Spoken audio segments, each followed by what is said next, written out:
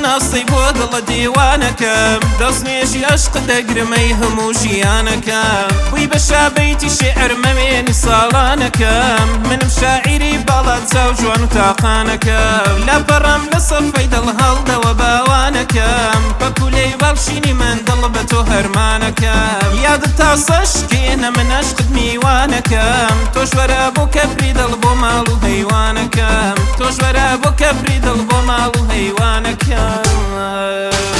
شێوەت لەسەر دیواری دڵ دەکێشم گیانەکەم کۆتری عشق و ئەوینم ڕووکەوە هێلانەکەم چادری کۆڵت بکێشی دڵ بە تۆ میوانەکەم قاوەی دڵتەنگیم تێکا بۆ دڵە دێوانەکەم چادری کۆڵت بکێشی دڵ بە تۆ میوانەکەم قاوەی دڵتەنگیم تێکا بۆ دڵە دێوانەکەم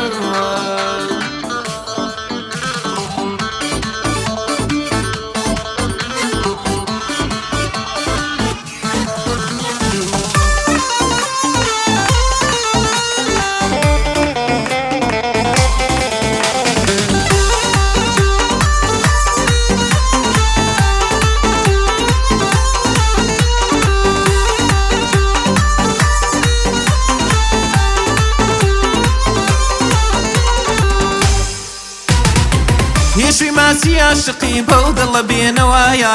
لافاوی عاشق لە ژین بۆ من ساز و نەوایە عاشقت لە دڵ پیر نابێنەوەیەوە تا هەتایە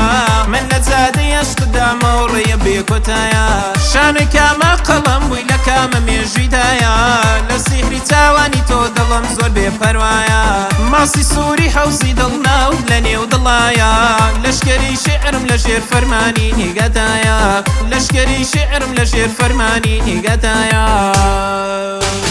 شێوەت لەسەر دیواری دڵ دەکێشم گیانەکەم کۆتری عشق و ئەوینم ڕووکەوە هێلانەکەم چادری کۆڵت بکێشی دڵ بە تۆ میوانەکەم قاوەی دڵتەنگیم تێکا بۆ دڵە دێوانەکەم چادری کۆڵت بکێشی دڵ بە تۆ میوانەکەم قاوەی دڵتەنگیم تێکا بۆ دڵە دێوانەکەم